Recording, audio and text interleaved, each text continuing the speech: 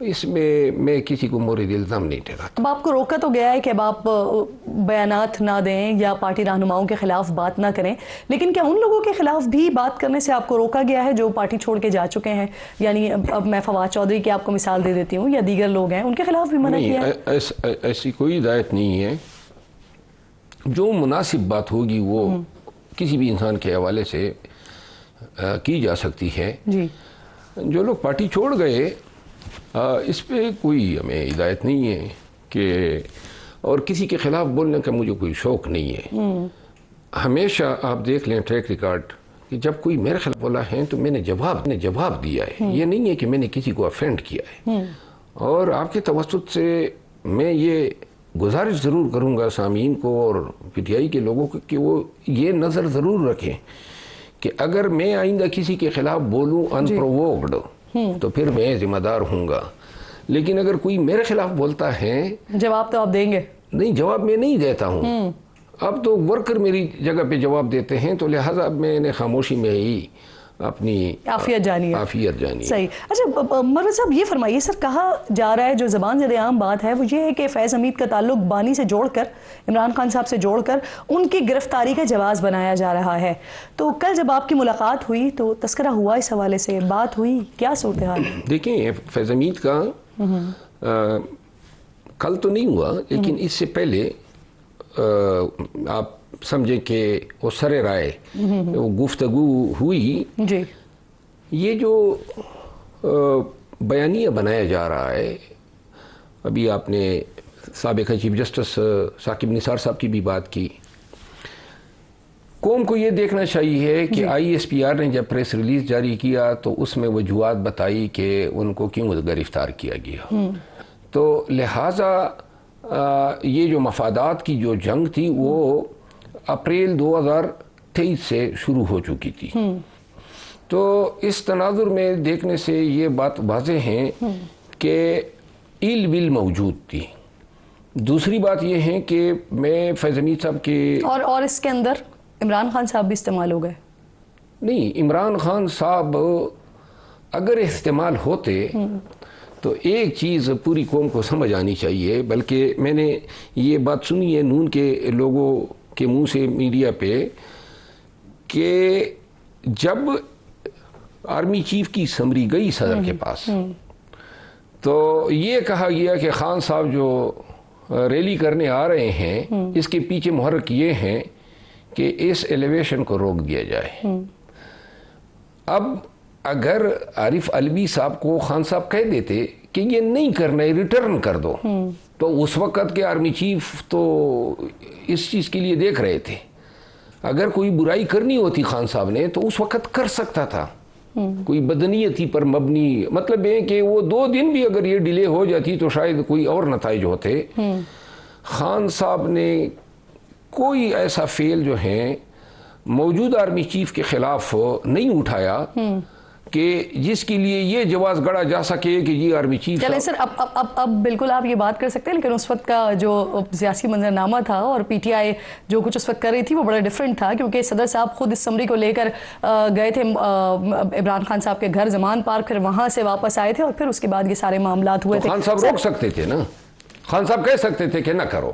ہاں، اور اگر خان صاحب یہ کروا دیتے بڑی مشکل ہوتی. ٹھیک. کے پی کے میں اس وقت صورتحال ہم دیکھ رہے ہیں، وزیر اعلیٰ صاحب ہیں، 20 کروڑ کی کرپشن کا الزام ان پر ہے، کسی اور نے نہیں بلکہ انہی کی کیبنٹ کے رکن ہیں، انہوں نے لگایا ہے. تو کیا یہ بہتر نہیں تھا کہ جیسا کہ پی ٹی آئی ہمیشہ بات کرتی رہی ہے تو خود اپنے آپ کو احتساب کے لیے پیش کر دیتے کہ آپ کے اپنی کیبنٹ کے لوگ ہیں وہی الزام لگا رہے ہیں اور جب تک کلیئر نہ ہو جائیں عہدہ چھوڑ دیں؟ کیا یہ بہتر نہیں ہے؟ کون عہدہ چھوڑ دیں؟ علی امین گنڈاپور صاحب انہی کے اوپر الزام لگا رہے ہیں نا، ان کی اپنی کیبنٹ کے لوگ لگا رہے ہیں. 20 کروڑ کی کرپشن کا الزام ہے ان کے اوپر. جی میں عرض کر دوں، پاکستان تحریک انصاف میں موجودہ وقت میں ماضی کے تجربات کو دیکھتے ہوئے کوئی کرپشن کرنا افورڈ ہی نہیں کر سکتا ہے، نمبر 1. نمبر 2 بات یہ ہے کہ کے پی کی حکومت کو مانیٹر کرنے کے لیے خان صاحب نے 3 ممبر کمیٹی بنائی، جی، اور جس میں قاضی انور صاحب جیسے انتہائی نیک نام آدمی شامل ہیں، جس میں بریگیڈیئر مصدق جو ہیں انتہائی ریسپیکٹیبل ہیں. یہ ان لوگوں پہ مشتمل کمیٹی بنائی اور اس کمیٹی کو یہ ٹاسک دیا گیا کہ آپ نے وزارتوں پہ ان سب چیزوں کو مانیٹر کرنا ہے. تو یہ خود احتسابی کا عمل ہے. دوسری بات یہ ہے کہ آیا یہ کمیٹی کی جو رپورٹ آئی اور کمیٹی کی رپورٹ پہ وزیر اعلیٰ نے ایک اقدام اٹھایا. شکیل خان اور عاطف خان بھی ایک شناخت رکھتے ہیں پاکستان تحریک انصاف میں, اور شکیل خان نے ان کڑے ایام میں میرے ساتھ کام کیا ہے, کنونشن میں پیرا ہے, میں باجوڑ میں تھا, یہ وہاں پہ آیا اور گرفتار ہو گیا تھا. یہ اختلافات ہر پارٹی میں ہوتے ہیں, اور جس طرح ذاتی پسند ناپسند کے اختلافات جو ہیں وہ پھر ہر قسم کی الزامات پہ منتج ہو جاتے ہیں. تو یہ ذاتی ناپسندیدگی کی بنیاد پر شکیل خان صاحب الزامات لگا رہے ہیں وزیر اعلیٰ پر؟ شکیل خان صاحب جو ہیں, پہلے شکیل خان صاحب پہ الزام لگا, پھر شکیل خان صاحب نے الزام لگایا. میں کے پی سے تعلق رکھتا ہوں, میں شکیل خان کو بھی جانتا ہوں, میں علی امین خان کو بھی جانتا ہوں. یہ جو ہو رہا ہے انتہائی افسوسناک ہیں. پوری ٹرانسپیرنسی کے ساتھ گورنمنٹ کام کر رہی ہے, ایک رتی برابر ابھی تک تو سر اس میں پھر کیا برائی؟ اگر ٹرانسپیرنسی کے ساتھ کام کر رہے ہیں تو علی امین گڈا پور صاحب اپنے آپ کو احتساب کے لیے پیش کرتے ہیں. شکیل خان بھی ہم نے ان کے حوالے سے بھی کوئی ایسا, بلکہ انتہائی ایماندار آدمی ان کو تو نکالا کرپشن کی بنیاد پر. دیکھیں انہوں نے نہیں نکالا. آپ کی حکومت کے ترجمان کہہ رہے ہیں کہ کرپشن کی بنیاد پر ان کو نکالا گیا. دیکھیں میرے جو ہمارے حکومت کے ترجمان ہیں انہوں نے صرف اتنا کہا ہے کہ وہ کمیٹی کی رپورٹ کی بنیاد پہ ہم نے, کمیٹی کے رپورٹ میں واضح الفاظ میں لکھا گیا نا کرپشن کی وجہ سے, اور آج پھر یہی اسٹیٹمنٹ آیا کہ کرپشن کر رہے تھے اس وجہ سے ان کو نکالا گیا ہے. دیکھیں سیاست کی فطرت ہی ایسی ہے. مجھے خان صاحب کی نظروں میں گرانے کے لیے خان صاحب کو یہ بتایا گیا کہ میں نے خان صاحبہ اور بی بی صاحبہ کو گالیاں دی ہے. اچھا. تو بہت ساری کنکاکشنز ہوتی ہے ذاتی اناد میں, کینہ پروری کی بنیاد پہ. تو ذاتی اناد کا شکار اس وقت ہو کون رہا ہے؟ علی امین صاحب ہو رہے ہیں, شکیل خان صاحب ہو رہے ہیں؟ دونوں انتہائی واجب الاحترام ہیں. اور میرا خیال ہے کہ کل خان صاحب سے میں ملوں گا. ہماری کوشش یہ ہوگی کہ ہم پارٹی کی سطح پہ بغیر خان صاحب کے دخیل ہونے کے, یہ بڑا سادہ سا سوال کیا میں نے, کیونکہ آپ نے کہا کہ ذاتی پسند ناپسند ہو رہی ہے یا ذاتی اناد ہو رہا ہے, تو پھر اس کا شکار ہو کون رہا ہے؟ علی امین صاحب ہوئے یا شکیل خان صاحب ہوئے؟ میں نے عرض کیا نا, دیکھیں شکیل خان کی بھی اس کی بھی ایک کریکٹر اساسینیشن ہوئی, لیکن علی امین خان کی بھی تو جاری ہے نا کریکٹر اساسینیشن. نقصان تو پارٹی کا ہو رہا ہے, تو لہٰذا یہ نہیں ہونا چاہیے. اور یہ معاملات اس نیش پہ ہی نہیں آنے چاہیے تھے. سر پارلیمانی گروپ کے اندر باضابطہ طور پر لڑائی جھگڑے کی خبریں بھی آئیں علی امین صاحب کے درمیان اور شکیل احمد خان صاحب کے درمیان.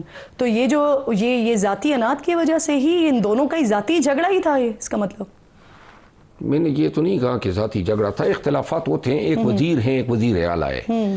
سیکٹری کو لگانے کے اس پہ اختلاف ہو سکتا ہے, اپنے ضلع کے ڈی سی لگانے پہ اختلاف ہو سکتا ہے, پروجیکٹس پہ اختلاف ہو سکتا ہے, تبادلوں پہ اختلاف ہو سکتا ہے. تو یہ چیزیں جو ہیں بعض اوقات لوگ نہیں سر, میں سمجھنا چاہ رہی ہوں آپ سے مروت صاحب, اگر ذاتی اختلافات کی بنیاد پر یہ الزامات لگے تو پھر جو کمیٹی ہے گڈ گورننس کی, اس نے کرپشن کے الزامات پر برطرف کیوں کر دیا؟ دیکھیں میں لا علم ہوں اس حوالے سے کہ آیا کمیٹی نے فیصلہ کرتے ہوئے دونوں کا موقف سنا تھا یا نہیں. لیکن میں قطع نظر اس کے میری کوشش یہ ہوگی, اور صاحب سے بھی کل میرا اچھا شکیل صاحب تو کمیٹی میں پیش ہی نہیں ہوئے نا؟ جی میں نے ابھی یہ بات کہی ہے نا. اور تو ان کا تو موقف نہیں سنا گیا, یعنی کہ میں نے یہی عرض کیا نا کہ بیسیکلی اس مسئلے کا حل یہی ہے کہ پارٹی کے جو سینئر ریسپانسیبل لوگ ہیں وہ اس کا نوٹس لیتے ہوئے مصالحت کی کوشش کریں, کیونکہ پارٹی کو نقصان ہو رہا ہے. عاطف خان بھی ایک سینئر ممبر ہیں پی ٹی آئی کے, اور جنید اکبر خان جو ہیں وہ انتہائی مخلص انسان ہیں پی ٹی آئی کے, خان کے بڑے وفادار ہیں, اور بڑی تکلیفیں جنید اور اکبر. سر ان کو خان صاحب نے بلایا ہے, یہ جا رہے جی ہیں میرے اپنے سامنے ملنے کے لیے؟ جی بالکل دونوں کو بلایا, عاطف خان صاحب کو بھی اور جنید اکبر خان صاحب. صحیح. اچھا سر, اب شکیل خان صاحب کو برطرف کر دیا گیا, ان کے خلاف وزیر اعلیٰ صاحب کے حوالے سے وہ الزامات لگا رہے ہیں 20 کروڑ کی کرپشن کے, ان کے اوپر کوئی ایکشن نہیں لیا گیا, اور پی ٹی آئی کا ہمیشہ سے جو نیریٹو رہا ہے یا بیانیہ رہا ہے یہی رہا ہے کہ پی ایم ایل این یا پاکستان پیپلز پارٹی یہ کرپٹ ہے. تو اس کیس کو آپ لوگ ٹیسٹ کیس بنا سکتے ہیں کہ یہاں پر نظر آئے ایک طرف کے کمزور کے لیے ابھی بھی الگ قانون ہے اور طاقتور کے لیے الگ قانون ہے ابھی بھی, تو یہ کیس ٹیسٹ کیس بن سکتا ہے؟ ٹیسٹ کیس دیکھیں, آپ اپنی اقدار ہمارے معاشرے میں تو دیکھ لیں, یعنی الزام کو جواز بنا کے ٹیسٹ کیس بنا دیں, چاہے شکیل خان پہ ہو چاہے علی امین خان پہ ہو. یعنی کہ میں آپ پہ ایک الزام لگا دیتا ہوں جی, اب الزام لگانے کے ساتھ ہی میں یہ مطالبہ کر دوں کہ سما سے آپ استعفیٰ دے دیں کیونکہ میں نے الزام لگا دیا ہے. یہ ہماری اقدار جو ہیں وہ بہت ہی پستی کی طرف گامزن ہیں. یہ ہر چیز پہ استعفے کے لیے حاضر ہو جائے. ابھی 4 مہینے ہوئے نہیں ہے حکومت بنی ہے. مارچ میں میرے خیال میں 29 مارچ کو انہوں نے الف اٹھایا, 4 مہینے بھی پورے نہیں ہوئے اور کرپشن ہو گئی. صحیح. ابھی تو 1 روپے اے ڈی پی کی مد میں گورنمنٹ نے کسی کو دیا ہی نہیں اچھا ہے. سر, یہ پنجاب میں کیا ہو رہا ہے؟ پی ٹی آئی عہدوں سے استعفے کیوں آنا شروع ہو گئے ہیں؟ اس کی کیا وجہ ہے؟ کیا ہو رہا ہے پنجاب میں؟ پنجاب کے معاملات کا ویسے مجھے کوئی علم نہیں ہے کیونکہ میں چونکہ 3 ماہ ذرا سائڈ پہ تھا تو میں آرام کر رہا تھا, اور ویسے بھی یہ اختلافات کے یہ لانجے اور جھگڑے جو ہیں ان میں دخیل ہونا پسند نہیں کرتا ہوں. ابھی جو پنجاب کے معاملات ہیں اس میں بھی کل خان صاحب نے بیرسٹر گور صاحب کو کہا جی کہ یہ مسئلہ بھی جو ہیں آپ ریزالو کریں. تو دیکھیں بڑی پارٹی ہے, ملک کی سب سے بڑی پارٹی ہے, اور میرا ٹیسٹ کے صاحب کے سامنے انفرادی اختلافات تھے, کوئی خان صاحب کے ساتھ یا پارٹی کے ساتھ یا پارٹی کے ساتھ تو ہمارا کوئی ٹکراو نہیں تھا. تو جب اپنے لیڈر کے ساتھ ملا بات ختم ہو گئی. یہ لوگ جب بھی جائیں گے یہ اسی دن یہ ساری چیزیں دم توڑ جائیں گی. صحیح. اچھا سر, آپ کو اب دے دیا گیا ہے ٹاسک 22 اگست کا, اور کل کا میں آپ کا اسٹیٹمنٹ دیکھ رہی تھی, آپ نے تو اسٹیٹمنٹ بھی بڑا ہولناک قسم کا آپ کا اسٹیٹمنٹ ہے نا کہ اگر کچھ بھی ہوتا ہے تو ذمہ داری جو ہے وہ میری ہے. تو یہ ٹاسک کیا بیسکلی آپ کو دیا گیا ہے 22 اگست کا؟ دیکھیں 9 مئی کے بعد قوم کو یہ کہہ کے ڈرایا جا رہا ہے کہ جلوس نہیں 9 مئی ہو جائے گا. فالس, کیونکہ وہ 9 مئی پہ ابھی تک لوگوں کا یقین ہی ہے کہ 9 مئی جو ہے وہ کرایا گیا ہے, اور اگر نکلو گے تو یہ ہو جائے گا, پھر 9 مئی ہو جائے گا, پھر فسادات ہو جائیں گے. تو یہ آپ کو کیا ٹاسک دیا ہے؟ نہیں, میں آپ کو عرض کر رہا ہوں نا, تو میں بتا رہا ہوں, اور اسی لیے میں نے یہ بیان دیا ہے. میں وکیل ہوں اور قانون کو اچھی طرح سمجھتا ہوں کہ میری کون سی بات جی قانون سے متصادم ہے. میں نے یہ بیان دیا ہے کہ 9 مئی کے اس ڈراوے میں آ کے اپنے اس حق کے احتجاج جو آئین کا آرٹیکل 16 دیتا ہے اس سے قوم کو دستبردار نہیں ہونا چاہیے. آپ کو کیا ٹاسک ملا؟ میں ٹاسک میرا تو پی ٹی آئی میں ایک ہی میری آئیڈینٹی ہے, وہ ہے احتجاج, جلسے, جلوس. میں نے اور کوئی کم نہیں کیا ہے. یہ میں نے پورے ملک. اور 22 کو جلسہ کامیاب بنانے کے لیے کیا کر رہے ہیں آپ؟ 22 کو جلسہ کامیاب بنانے کے لیے سب سے پہلے تو ہم لوگوں کو یہ بتانا چاہتے ہیں کہ ان کا آمد کیوں ضروری ہے. جتنی زیادہ تعداد میں لوگ آئیں گے اتنی ہی ہمارے موقف کی صداقت پہ مہر ثبت ہوگی. اب اس پہ ہم سوشل میڈیا کے ذریعے ہم پیغام دے رہے ہیں, موٹیویشن کر رہے ہیں. جو پارٹی کے عہدیداران ہیں ان سے میرے رابطے ہیں. جی 22 اگست کو میرا کام یہ ہے کہ میں پنجاب اور اسلام آباد اور پنڈی کے جتنے بھی قافلے ہیں ان کو وصول کروں. اگر کوئی رکھنے ڈالتا ہے, پولیس ڈالتی ہے, کوئی روڈ بلاکیڈ ہوتا ہے, تو اس میں اپنا کردار ادا کروں اور لوگوں کو. کل جب آپ کو یہ ٹاسک دیا گیا نا تو اس پر آپ ہی کے کئی رہنماؤں نے کہا کہ ایسا کچھ نہیں ہے, جو کرنا ہے وہ سیکرٹری جنرل نے کرنا ہے اور پنجاب کی قیادت نے کرنا ہے, اور یہی لوگ آپ پر کس کا بیان ہے؟ یہی لوگ آپ پر الزامات ہی لگاتے رہے ہیں. شعیب شاہین صاحب کا اسٹیٹمنٹ ہے, شعیب شاہین صاحب کا اسٹیٹمنٹ ہے. نہیں, مجھے تو علم نہیں ہے, اور کل بھی خان صاحب نے کہا تھا یہ تو بیرسٹر گور صاحب سے مطلب ہے, وہ ذمہ دار ہیں, وہ اس پہ بات کر سکتے ہیں, وہ موجود تھے. باقی جو ہیں میرا خیال نہیں ہے کہ ایسے بیانات کی اہمیت ہونی چاہیے. شعیب شاہین صاحب کہتے ہیں کہ بیرسٹر سیف وہ بھی قائم مقام ہے. دیکھیں, اگر بیرسٹر گوہر، میں آپ کے تبسط سے اگر شعیب شاہین صاحب یا کسی اور کو خواہش ہیں 22 اگست کا جلسہ کرنے کی یا احتجاج کرنے کی، ہم ہزار خوشی کے ساتھ ان کو تفویض کر دیتے ہیں. تو یہ کوئی ہمارے لیے مسئلہ نہیں ہے اگر کوئی اپنا کردار ادا کرنا چاہتا ہے جلسوں میں. یعنی یہ طے شدہ بات ہے کہ فی الحال جلسوں کی تیاری، اس کو کامیاب بنانے کا ٹاسک یہ شیر افضل مرود کو سونپا گیا ہے عمران خان کی طرف سے. جی میں وثوق سے کہتا ہوں. صحیح، بہت بہت شکریہ شیر افضل مرود صاحب. اہم گفتگو ہو رہی تھی، پروگرام میں ساتھ موجود تھے. ایک چھوٹا سا بریک لیجئے ناظرین، بریک کے بعد واپس آتے ہیں.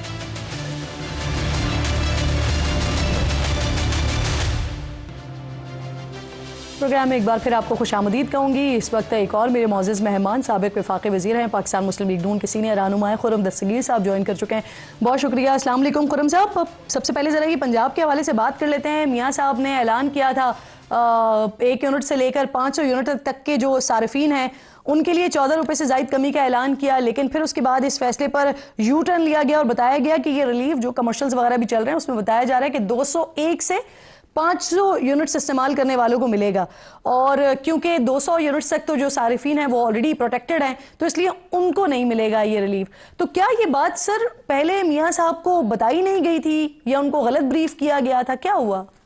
نہیں دیکھیے کہ 1 سے 200 تک یونٹ والے جو پروٹیکٹڈ کنزیومرز ہیں ان کے لیے وزیر اعظم شہباز شریف پہلے ہی یہ اعلان کر چکے ہیں کہ ان ریلیف دیا جائے گا. تو جہاں ضرورت تھی اور جہاں زیادہ تکلیف بھی بہت ساری ہم نے دیکھی کہ یہ 200 سے 500 کے درمیان یونٹ والے جو تھے ان میں بہت سارے ایسے لوگ تھے جو نارملی پروٹیکٹڈ نہیں ہیں، تو ان کی پروٹیکشن کے لیے جو ہے آج اعلان کر دیا. سر میاں صاحب کو غلط بریف کیا گیا؟ جی آئی تھنک غالباً ان کے ذہن میں تو یہی تھا کہ کیونکہ 200 تک تو وزیر اعظم اعلان کر چکے ہیں تو وہ باقی جو 500 تک اعلان کر دیں گے، اس میں غالباً کوئی جو ہے وہ گیپ آ گیا. اب خرم صاحب مسئلہ یہ ہے نا کہ اتنے بڑے فیصلے پر تعریف سے زیادہ تنقید ہو رہی ہے، اور تنقید زیادہ جو ہو رہی ہے وہ آپ کے اپنے اتحادیوں کی طرف سے ہو رہی ہے کہ وزیر اعظم صاحب باقی صوبوں کو ملا لیتے، ساتھ مشاورت کر لیتے. جو صوبائی خود مختاری ہے اس کا احترام کرتے ہیں، پھر یہ فیصلہ جو ہے یہ سب کے لیے اوپن ہے اور آج بھی اوپن ہے کہ اگر صوبے اپنے بجٹس میں سے یہ اسپیس نکال سکیں تو بہت اچھا ہوگا. ان کے 4 صوبے جو ہے یہ ریلیف دے دیں. تو لہٰذا یہاں تو پیورلی ایک صوبائی خود مختاری کا معاملہ بھی ہے. سر میاں صاحب نے اپنے آپ کو ایسا لگتا ہے کہ پنجاب تک انہوں نے پنجاب کی فیصلہ سازی تک یا پنجاب کے معاملوں تک محدود کر لیا ہے، وفاق کے کسی معاملے میں سامنے نہیں آتے. سر اس کی کیا وجہ ہے؟ بہتر وجہ تو وہ اگر کبھی خود بتانا چاہیں یا ان کے جو ترجمان ہیں، لیکن وہ یہی ہے کہ وہ یہ سمجھتے ہیں کہ اس وقت جو مخلوط حکومت ہے وفاق میں، وہاں ایک بہت بڑا پول موجود ہے ایکسپرٹیز کا، سیاسی بھی اور حاکمیت کا بھی. وہاں صدر مملکت آصف زرداری موجود ہے، تو وہااں جو ہے وہ اس طرح شہباز شریف صاحب جن کو اب پہلے بھی 16 مہینے کا تجربہ ہو چکا ہے حکومت میں، وہ پوری طرح جو ہے وہ وہاں کیپیبل ہیں کہ وہ فیصلے کر سکیں. مریم نواز صاحبہ جو ہے وہ پہلی دفعہ چونکہ وزیر اعلیٰ بنی ہیں اور ان کا پہلی دفعہ کسی بھی اسمبلی میں یہ تجربہ ہے، تو بہرحال میاں نواز شریف جو پاکستان کے اس وقت سب سے سینئر اور تجربہ کار سیاست، ان کا تجربہ جو ہے وہ براہ راست مریم نواز صاحبہ کو حاصل. صحیح سر، اس میں تو کوئی دو رائے نہیں ہے. سب سے زیادہ تجربے کار اس وقت سیاستدان ہیں ملکی پاکستان کی سیاست میں. سر آپ لوگ پہلے جنرل فیض پر تنقید کرتے رہے، الزامات لگاتے رہے، لیکن جب دھرنا کمیشن میں بیان دینے کی بات آئی تو پھر آپ کے جتنے بھی لوگ گئے ان کو کلین چٹ دے کر آ گئے. اب جب ان کے خلاف باقاعدہ کورٹ مارشل کی کارروائی کا آغاز ہوا تو پھر آپ لوگوں کی طرف سے تنقید ہونا شروع ہو گئی، یعنی کہ حوصلہ بڑھ گیا آپ لوگوں کا. دیکھیں نا، اسی طرح تاریخ آگے بڑھتی ہے. پاکستان میں جو سول ملٹری ریلیشنز کی تاریخ ہے وہ تو بڑی تاریخ اور مشکل اور تلخ تاریخ ہے. اس میں جب تک کوئی ادارہ خود اس پر اپنا اس نے خود احتسابی کا عمل کا اعلان کیا ہے تو اب یہ تمام گفتگو جو ہے وہ کھل کر ہو سکتی ہے. اور یہی ایک قدم ہے جس کی وجہ سے اب جبکہ اگر ملٹری کورٹ میں ٹرائل ہوتا ہے یا اس کے علاوہ بھی اگر صرف یہی فیکٹ کہ اب یہ گرفتاری عمل میں پاکستان میں جو آئینی بندوبست ہے اس کو تقویت ملی.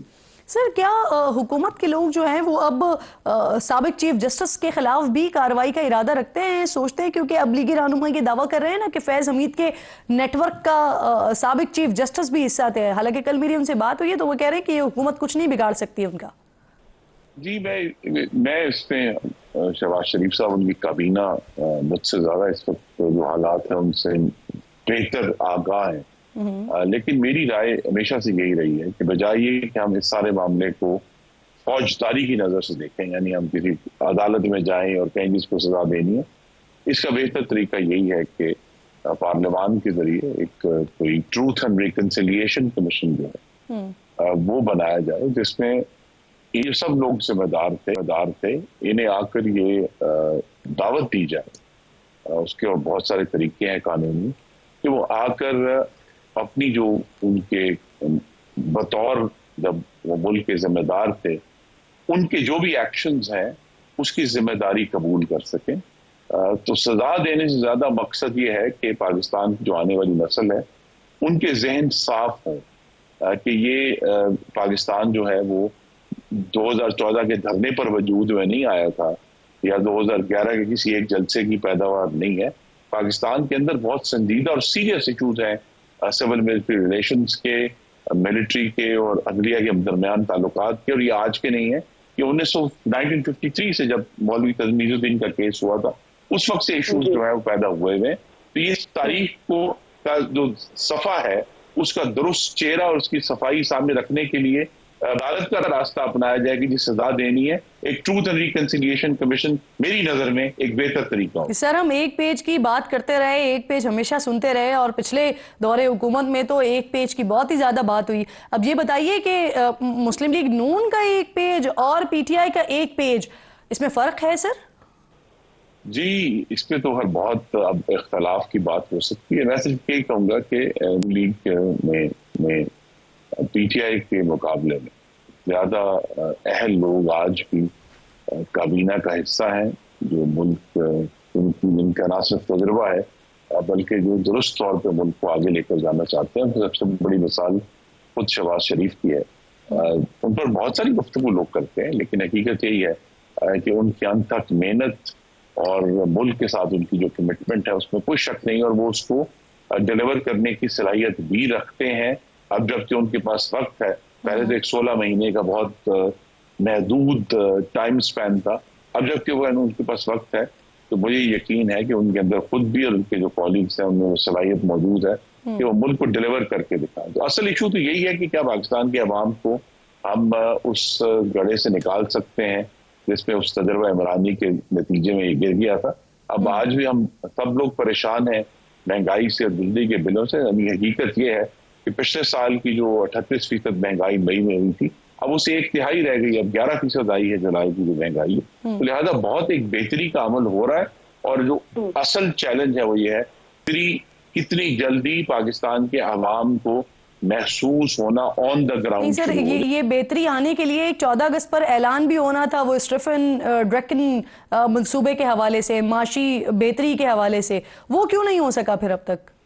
جی وہ ایک آکسفورڈ پروفیسر ہیں اور جو برطانیہ کا جو بین الاقوامی امداد کا ادارہ ہے اس کے کنسلٹنٹ بھی رہے اسٹیفن ڈریکن، اور بہت اس پہ ایک بہت اچھی کتاب کے مصنف بھی ہیں۔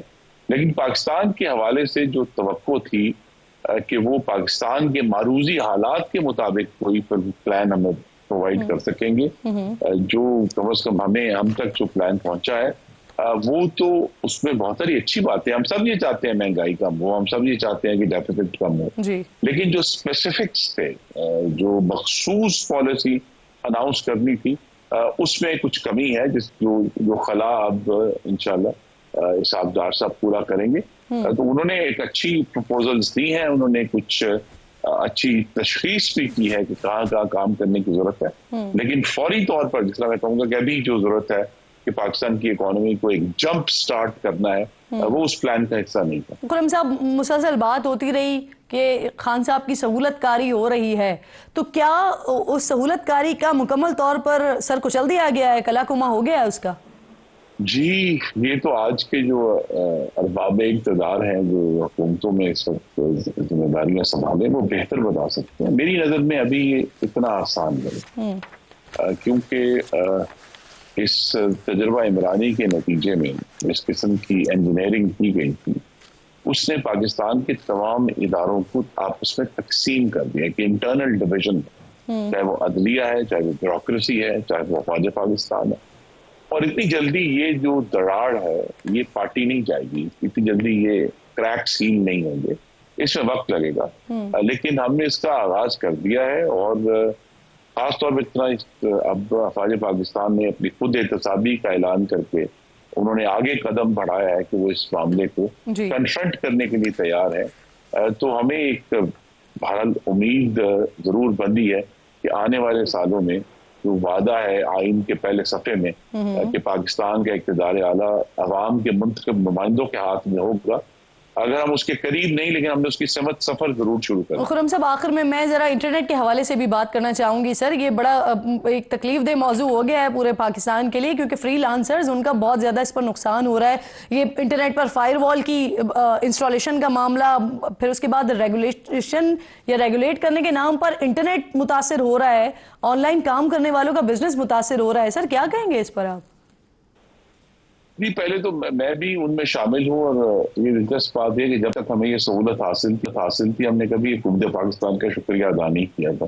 یہ سہولت ہم سب کو حاصل ہے. اب جب کہ اس سہولت میں کچھ رکاوٹ آئی ہے ہم سب جو ہے وہ شکایت کر رہے ہیں. یہ ایک توازن قائم کرنا ہے کہ جو لوگ خاص طور پہ جو فری لانسرز ہیں، جو انٹرنیٹ کے ذریعے اپنی خدمات پوری دنیا میں دے رہے ہیں، فراہم کر رہے ہیں، پاکستان کے لیے فارن ایکسچینج حاصل کر رہے ہیں، کہ ان کو وہ سہولت اور وہ رفتار حاصل ہو انٹرنیٹ کی. اور دوسری طرف جو ہے اس کا جو انٹرنیٹ کا جو غلط استعمال ہے، اس کو مختلف اداروں کی، مختلف شخصیات کی جو براہ راست پگڑی اچھالنے کے لیے اور پوری طرح ان کے خاندانوں کو متون کرنے کے لیے، خاتون صحافی بھی اس میں شامل ہیں جن کی بہت ہی کبھی اور غلط قسم کی جو ویڈیوز بنا کر ڈالی جاتی ہیں. تو ایک بیلنس یہی قائم کرنا ہے، اور اس میں غالباً ابھی حکومت کامیاب نہیں ہوئی کہ جو انٹرنیٹ پہ فری لانسرز ہیں جو سروسز پرووائڈ کر رہے ہیں ان کی جو رفتار اور سہولت کو قائم رکھتے ہوئے یہ جو اس کا غلط استعمال ہے اس کو کیسے روکا جائے. تو یہ کوشش کی، ابھی تک کوشش غالباً ہمیں پوری کامیابی ہوتی ہوئی نظر نہیں آ رہی، لیکن وقت کے ساتھ ساتھ مجھے یقین ہے کہ اگر بہتر پروٹوکول اور الگورتھمز یوز کیے جائیں گے تو جو فری لانسرز ہیں، وہ لوگ جو انٹرنیٹ کے ذریعے اپنی روزی حاصل کرتے ہیں، ان کو وہ سہولت بہت جلد فراہم ہو جائے. خرم صاحب بہت اچھا ہوتا کہ اگر پھر بتا دیا جاتا باقاعدہ طور پر، کیونکہ حکومت نے پھر اس سارے معاملے پر خاموشی اختیار کیے رکھی. پھر آج شہزاد فاطمہ صاحبہ نے تو کہا کہ حکومت کا کوئی عمل دخل ہی نہیں ہے، تو وی پی این کی وجہ سے ہو رہا ہے. تو گزشتہ کچھ دنوں سے ناظرین پاکستان میں انٹرنیٹ کی سپیڈ کافی سلو چل رہی ہے. خرم دستگیر صاحب ساتھ موجود ہیں، آپ کا بہت شکریہ. ناظرین اکثر صارفین کو مختلف ایپس پر کام کرنے اور ٹیکسٹ اور آڈیوز اینڈ ویڈیوز میسیجز وغیرہ ڈاؤن لوڈ کرنے میں بھی بڑی پریشانی کا سامنا کرنا پڑ رہا تھا. پھر اس دوران خبریں آتی رہیں کہ حکومت کی طرف سے فائر وال انسٹالیشن کی وجہ سے انٹرنیٹ کی سپیڈ جو ہے وہ متاثر ہو رہی ہے، جس سے آن لائن کام کا کروڑوں روپے کا نقصان ہو رہا ہے.